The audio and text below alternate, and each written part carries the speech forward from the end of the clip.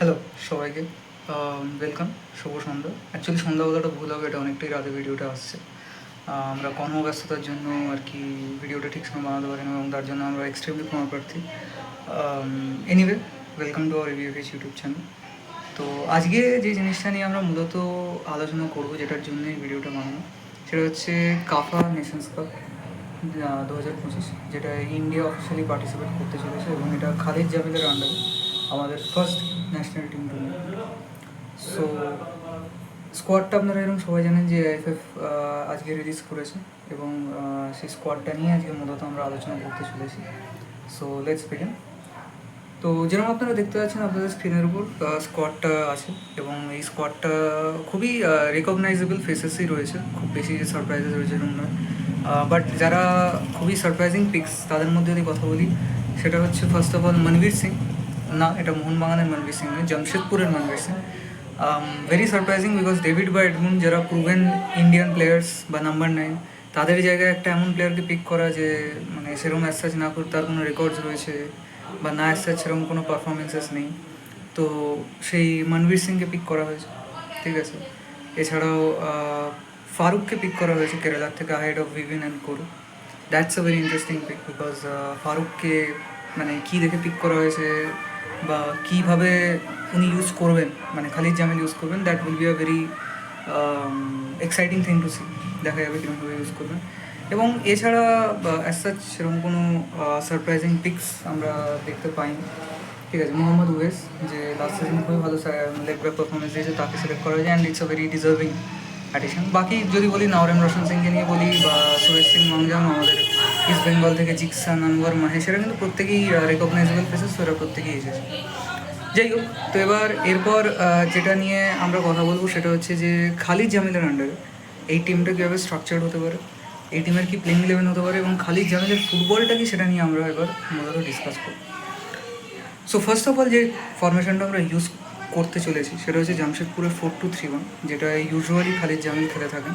একটা 4-2-3-1 শেপে তার টিম স্ট্রাকচারলি ফর্মড হয়, এবং সেখানে আর কি মানে আপনারা সবাই জানেন যে কীরকমভাবে খেলে, মানে যারা খালিদ জামিলের খেলাটা খুব ক্লোজলি দেখেছেন তারা প্রত্যেকেই জানেন যে খালিদ জামিল ইউজুয়ালি একটা মিড ব্লক বা লো মিড ব্লকে খেলা পছন্দ করে, অ্যান্ড হি ইজ সামওয়ান যে ডিফেন্ডিংয়ের উপর খুব বেশি প্রেশার দেয়, ঠিক আছে, লং বলের উপর খুব বেশি ফোকাস করেন। বাট আমরা 4-2-3-1টা কেন রেখেছি, বিকজ 4-2-3-1ই মূলত জামশেদপুর লাস্ট সিজন খেলেছে, এবং এখানে আপনারা যে প্লেইং ইলেভেনটা দেখতে পাচ্ছেন তাতে আমরা ব্যাকলাইনে আর কি আনোয়ার আর সন্দেশ সিংহানকেই রেখেছি, এবং বাকি ব্যাকলাইনটা আপনার কাছে ফ্যামিলিয়ারই, সেরকম কিছু বলার মতন নেই। মিডফিল্ডে আমরা জিকসান আর সুরেশের পেয়ারিংটা রেখেছি এখানে পার্টিকুলারলি, বিকজ যেটা জামশেদপুরে খালিদ জামিল ট্রাই করতেন সেটা হচ্ছে ডিউরিং ডিফেন্ডিং, মানে যখন অপোনেন্টের কাছে বল আসে তখন তিনি এমন একজন মিডফিল্ডার ইউজ করতেন যে কিন্তু মাঝখানে ড্রপ করে একটা মানে একটা মিডফিল্ড থেকে ডিফেন্সে ড্রপ করে 5-ম্যান ডিফেন্স তৈরি করতে পারে।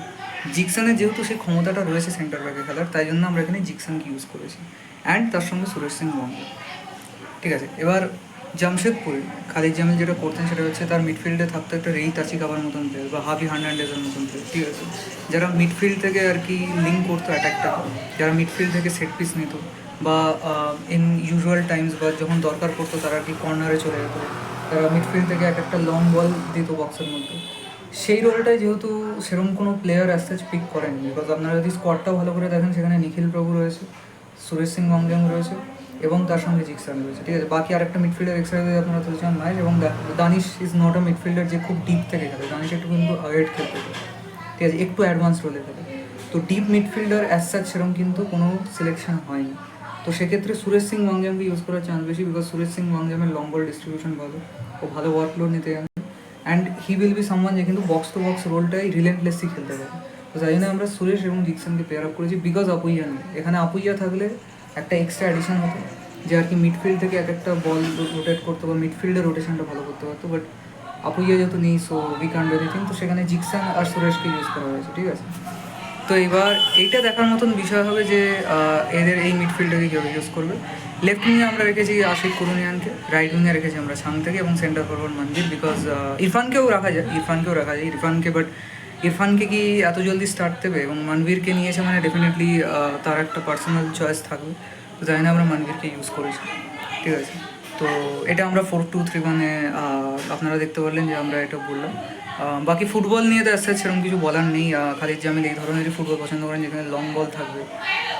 ইভেন তার গোলকিপারও এক একটা যে লং বলগুলো খেলে সেগুলো একদম অপোনেন্টের ডিফেন্স বক্সকে ক্রাশ করে, ঠিক আছে, মানে একদম অপোনেন্টের গোলকিপারের কাছে বল ফেলতে পারে অ্যান্ড দারুণভাবে আর কি ডিফেন্সটা ক্রাশ করতে পারে, ঠিক আছে। সো ডেফিনেটলি তার যে ট্যাকটিক্সটা থাকে সেটা সবসময় দেখা যাচ্ছে অপোনেন্টের বক্স থেকে অ্যাটাক করুক, আমি ফার্স্ট বল সেকেন্ড বল উইন করে গোল করতে পারবো, ঠিক আছে। তো সেখানে তো নতুন করে কিছু বলার নেই এবং সেখানে 4-2-3-1 সে প্রেফারেবলি খেলে এবং সেখানে সৌরভ দাসের রোলটা খুব ইম্পর্ট্যান্ট হয়। আমরা লাস্ট দিন দেখেছি সৌরভ দাস কিন্তু একটা খুব ইম্পর্ট্যান্ট রোল প্লে করেছে তার সিস্টেমে। এই ইন্ডিয়ান টিমে তার সৌরভ দাস কে হতে পারে বা এই ইন্ডিয়ান টিমে কে ওই ডিফেন্সিভ ট্যাকেলসগুলো উইন করা, ওই ডুয়েলসগুলো উইন করা বা যে আমরা বলি ডার্টি ওয়ার্কটা করা মিডফিল্ডে, সেটা কে করতে পারে সেটা কিন্তু একটা দেখার মতন বিষয় হবে। তো এটা গেল 4-2-3-1। আরও একটা ফরমেশন আমরা বানিয়েছি যেখানে আমরা 4-4-2-তে গেছি, ঠিক আছে।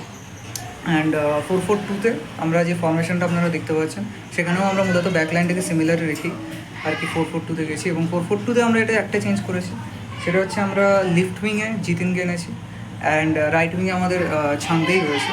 মিডফিল্ডে আমরা নিখিল প্রভু অ্যান্ড সুরেশ সিং মঙ্গলমকে ইউজ করেছি এবং ডবল স্ট্রাইকার সেটআপে আমরা গেছি হচ্ছে মনবীর সিং অ্যান্ড হচ্ছে কি আমাদের বিক্রম প্রতাপের সঙ্গে, ঠিক আছে। এবার এই ফরমেশনটা ইউজ করার মানে কি বা এই ফরমেশনটা ইউজ করে কি, দেখুন আমার পার্সোনালি মনে হয় না যে 4-4-2-তে খালিদ জামিল যাবে, ঠিক আছে, because he are did pick many much strikers. তো বিক্রম প্রতাপকে সেই সেকেন্ড স্ট্রাইকারের রোলটাই দিতে পারে, ঠিক আছে। এবার সেই রোলটা I think he will do a decent enough job, but Manvir Singh একমাত্র নাম্বার 9, দ্যাটস আ ক্যাচ। তো সেক্ষেত্রে কাকে নাম্বার 9 খেলায় বা ইরফানকে ওখানে ইউজ করতে পারে কিনা সেটা একটা ইম্পর্টেন্ট দেখার মতন বিষয় হবে। বাট আমার কাছে যতদূর মনে হয় আমরা যেহেতু দুটো লাইন আপেই যাচ্ছি, এই সেকেন্ড লাইন আপটায় যেটা আমরা চেষ্টা করছি বোঝার সেটা হচ্ছে যে যখন খালিদের একদম প্রপার মিড ব্লক বা লো মিড ব্লকে খালিদ জামিল খেলবে তখন খালিদ জামিলকে ফুটবল খেলবে এবং এই জন্যই আমরা এখানে সুরেশ সিং আর নিখিল প্রভু দুটো হার্ডওয়ার্কিং মিডফিল্ডারকে রেখেছি। এখানে নিখিল প্রভুকে প্রপার সিডিএম হিসাবে ইউজ করা যাবে, যে কিন্তু ওই প্রপার সৌরভ দাসের রোলটাই খেলবে।